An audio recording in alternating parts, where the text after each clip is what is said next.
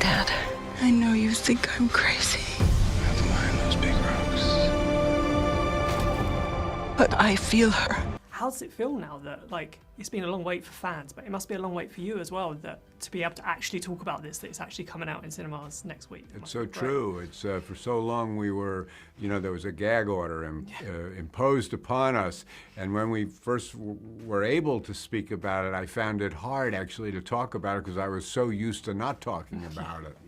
Now you can't shut us up. Yeah, gotta be careful about certain things, but But that's the job now to really talk about the film, and it was great. It was a long time coming. Sometimes it seemed as if the horizon was actually receding, but we made it here. And in the end, one realizes that it was actually the perfect amount of time to go by. Yeah, definitely. And was there something in particular when you knew you were going to be revisiting Miles Quaritch, even though it's not the Miles Quaritch we necessarily knew? Was there something that got you back into that mindset, though, of the Quaritch mindset? Well, I don't think I ever really abandoned the mindset because I'd known for a long, long time that there was more to be said on his behalf. So I always kept those embers kind of glowing in the back of my heart or heartless body, and so when time came to actually revisit Quaritch and to bring him to life, it was I was ready to do it.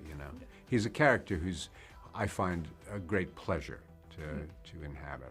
Yeah, definitely. And it must be fascinating to be able to explore this newer side of Quaritch because, he is, but he's not the same. He's kind of in a body he might despise a little bit. It's extraordinary. To be able to as an do actor, that. that must be a great opportunity to Absolutely. It's because it's really a question of deepening and broadening the experience you have with a character because, look, in the original film, he was a wonderful, colorful character, but he really was primarily there as a function of evil. He was there to be the conflict. Yeah.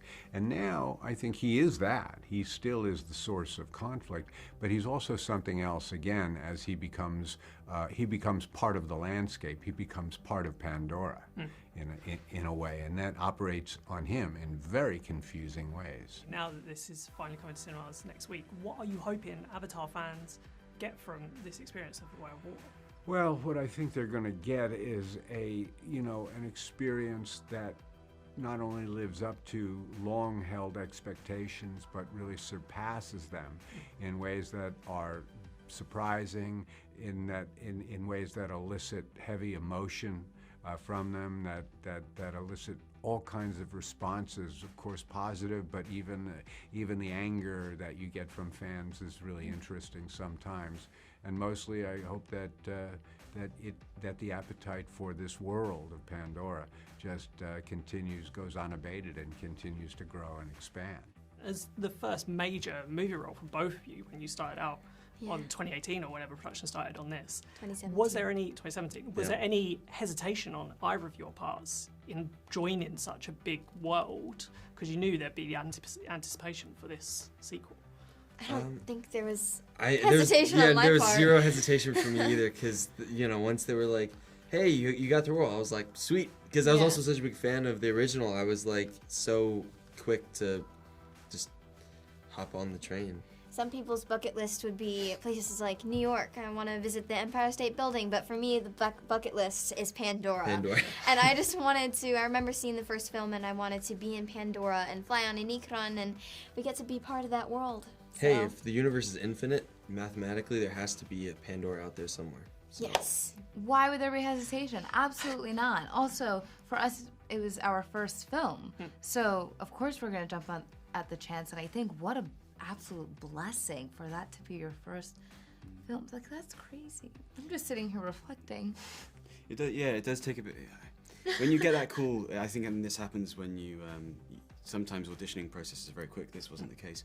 But then one call then triggers and draws out the pathway for your next year. Well, for this, like 2 and a bit years and then turn into 7 years.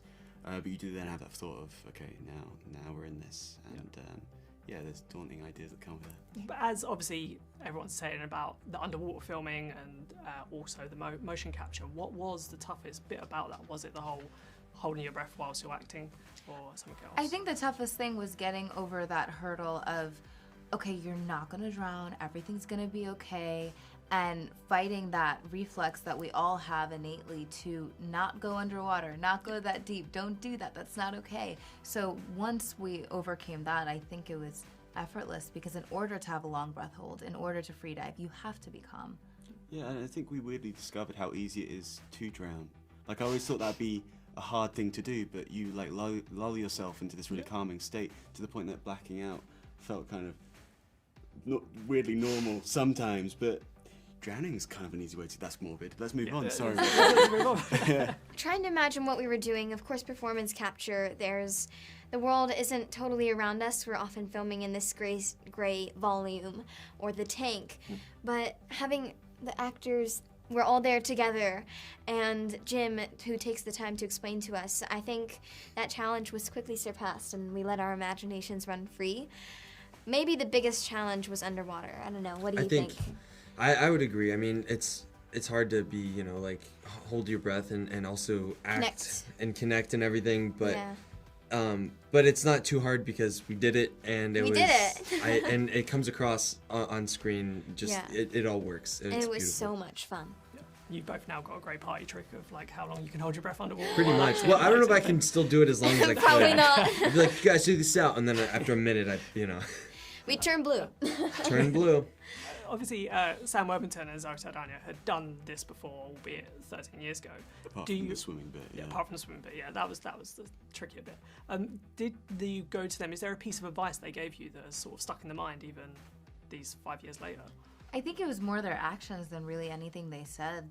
They immediately treated us like family. Even, I think one of the sweetest things Zoe did was she hugged our parents. Like, not only did she hug us, but she welcomed that they're a big part of our tribe. I turned around while she did that, yeah. Cover my... I saw it. It happened. It's okay. Your mom got a hug from Zoe. Good, amazing. I'm glad we connected. I remember Zoe, when I was in Hawaii, Zoe said, whenever, like she was like, Jim's really open to, like, any ideas that you have. So if you during a scene, if you're running in the forest and you're like, wait, I need a drink. Let me just, like, take a sip from, like, those, like, water leaves. Let me just ask Jim if I can do that really quick. And so basically she said, don't be afraid to ask for new ideas. And Jim is very open, and yeah. Anything for you that sticks in your mind? Definitely have gotten some amazing advice, but for me, just watching them work and being on that set with them and watching them do their thing because they're pros, was really great. And sometimes it was the little things, like just getting to hug them and say good morning, or at the end when we're wrapped and we're telling each other good job and see you the next day. Sometimes it's those little things that just kind of just like encouragement. The confidence. Was there anything from the third film that you can sort of tease into your performance in this sequel, knowing what was coming? Or did you just try and focus on this? Yeah. Let's just say Avatar: The Way of Water is only beginning to tell the story of the Sully family and there's a Pandora. lot to come.